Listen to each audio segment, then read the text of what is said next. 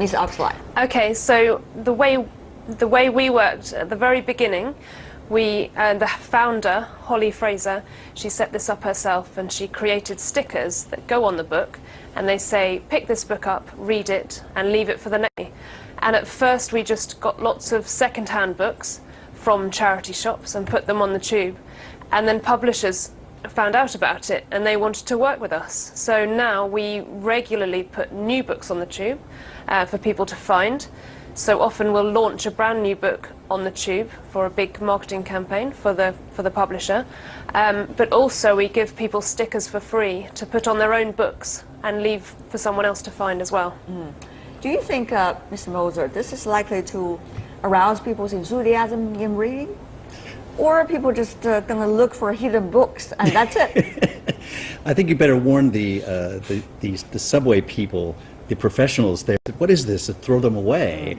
But I think, yeah, it can arise a lot of curiosity. A lot of people are in a different mindset. You know, they're looking at their cell phone and everything. If there's a book there, actually, I think a lot of people might actually find it kind of interesting to pick up a paper book and actually read it. So I'm not sure in the long run what we'll do, but I think in the short term, some people might actually read something they would never normally read. I think that's a great question, Ms. Oxley, which is this out of curiosity? Do you think people are going to pick up the book and read a little bit? As long as the campaigns goes on, people are going to lose the interest. Or this is likely to help us re-establish our habit of reading a book during the commute. Well, funnily enough, we get a lot of people responding for the excitement of finding something. So that's exciting, to find a brand new book. And that's great, and they share that on social media. But then they also often join a book club near them, or they start reading something else, or they ask for stickers from us to share their own books. So we really have seen the community grow and grow here, and I really hope that that can happen in other countries as well. You see the community grow, Ms. Oxley. I have to clarify for our viewers, to how big is it? Is it really likely to change the habit of a whole generation which is relying on pretty much short article readings on their mobile phones? Not necessarily. It's not going to be for everyone. So a lot of people walk past the book, they won't pick it up. But for someone sometimes who's having a bad day or who hasn't read a book for a while, they'll find something and they will read it through. And we see those books being put back on the tube a few weeks later when they've been read and enjoyed. Okay. Professor Lee, can you imagine your students, were you going on the subway and find some books? What kind of books you would like to find? Well, for me personally, well, I love Christian Andersen's fairy tales. When I was in America, I longed to have one like that, and I asked my friend to bring it back from China. And so some autobiographies, non-fiction books are very popular among my students and myself. And yeah, and also maybe some science fictions, you know, happy surprises. Yes, you know. happy surprises, but you know, is it really going to make a much difference in terms of our reading habits and the ways and means as to how we read? Or this is going to be just minor little beautiful decorations in our daily commute that we just find maybe a little bit fun?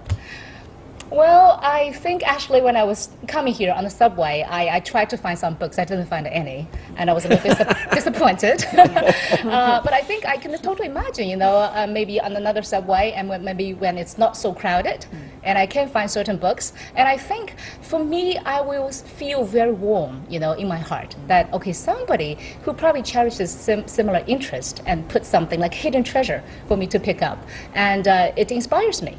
And I feel like we all need certain kindness from some, even strangers. And maybe we can give certain kindness to others. And also, I think we all need encouragement from each other. You know? Yeah. Beautifully said. Is it about kindness? Is it about encouragement? How much is it really about books?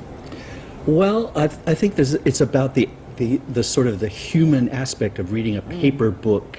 And if it were me, if I already knew about this, it would be a nice surprise to find a book. And for me, the way I would like to do it is, this is my book to take, read. I could even take it home, make notes in it.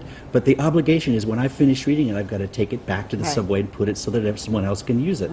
I love that idea. And if that were the premise, I would do it. I would in fact probably read a book I would never not I would normally not read in order to have that interesting pleasure of doing that and sharing it with someone else. But you know, just the way the two of you describe it already make me to think, how much of this is about we, the generations already of today, missing the fact that we used to at least read a paper book. It's almost like finding a hidden treasure a few thousand years ago.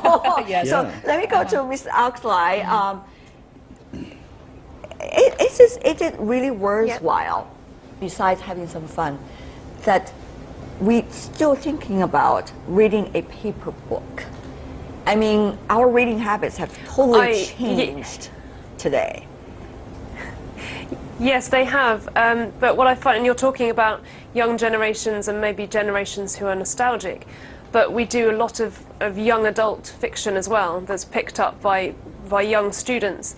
And we get comments on social media like, I would never have chosen this book myself, but I've read it and enjoyed it, and I've given it to a friend, or I've put it back. And I don't think it's about changing how everyone acts. I don't think it's about making everyone read. But for some people, it really lightens up their day, and it means they'll read something they would never have chosen themselves, and they might discover a whole new genre.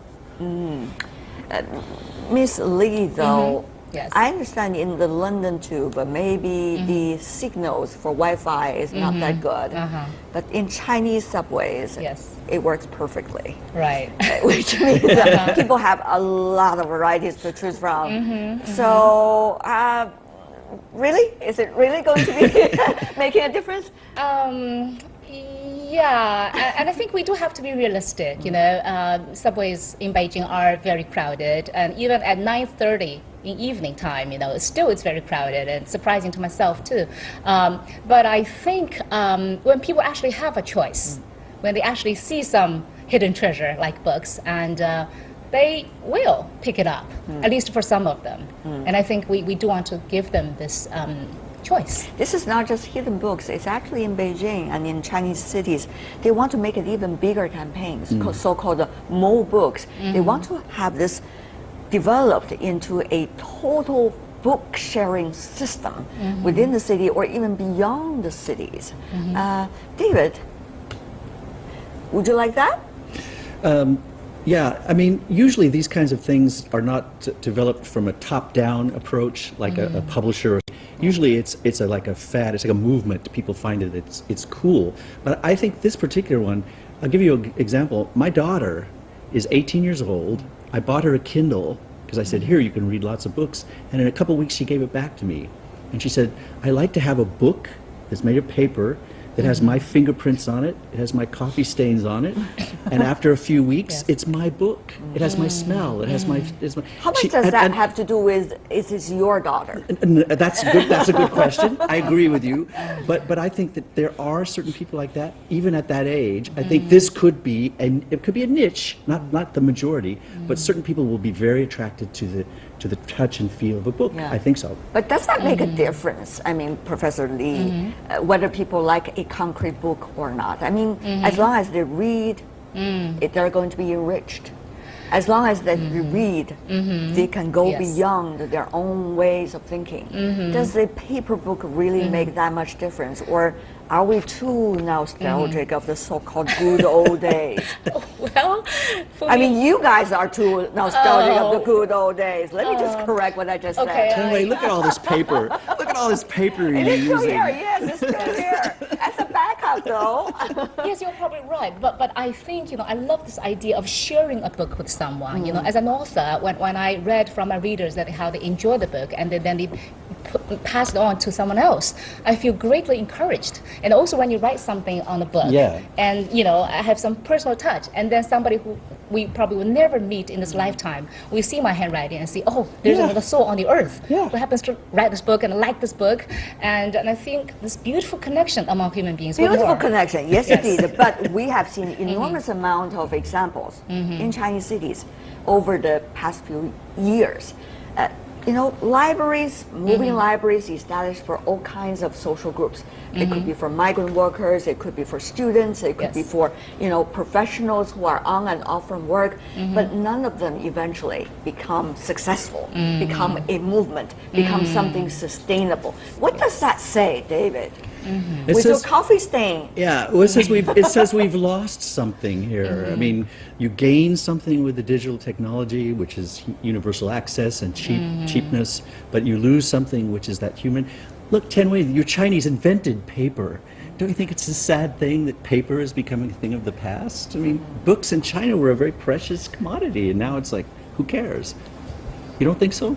But people could find it elsewhere. So let me come back to Miss Oxley. Miss Oxley, what do you think? I mean, the efforts that we put in so much on this movement, it's fun. I mean, to begin with, it's certainly fun. Let's do that, no problem. But can we also, with the same amount of effort, for something else? I mean, for promoting reading in your cities. It does not necessarily have to be in a paper book, but same amount of efforts devoted to promoting reading. Whether they do it from a mobile phone, whether they do it from Kindle, whether they do it from the paper book, that's fine. So are we concentrating too much on the idea of a paper book? Or should we put on the same amount of effort on something else also related to reading? Ms. Oxley.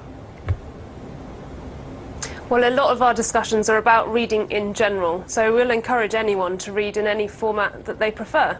I can understand why people use Kindles or their phones because it's convenient. And we have those conversations at book clubs where people have read it on different devices.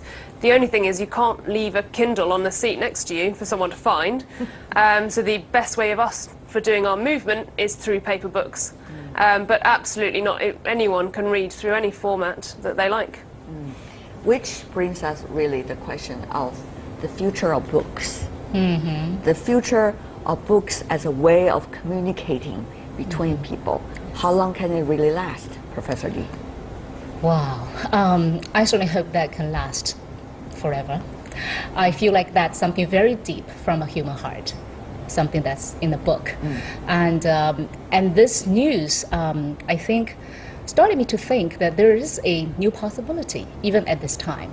And I think books are just books, but what's in the books is more important. So I don't really care what format it is in, but if this beautiful truth is really communicated, I think that's so much better than anything else. When it becomes a social movement, that's always a beautiful thing, isn't it, David? Absolutely, absolutely.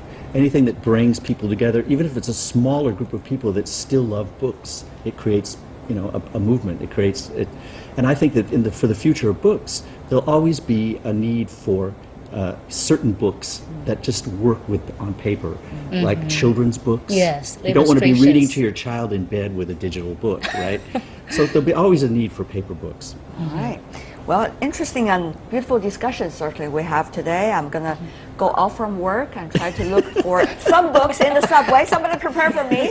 Put it up there. David Moser, Li Hua, and Cordella Oxley. Thank you so much for the three of you for joining us. Really appreciate it. Thank you. All the best in the subway. Yeah. That is all the time we have for today. If you'd like to see more of our program, visit our website. Just type World Insight CCTV News into your search engine or check out our YouTube channel. From me, Tianwei, and everyone on the World Insight team, thanks for watching. Tune in again tomorrow for more insights from across China and around the world. Good night.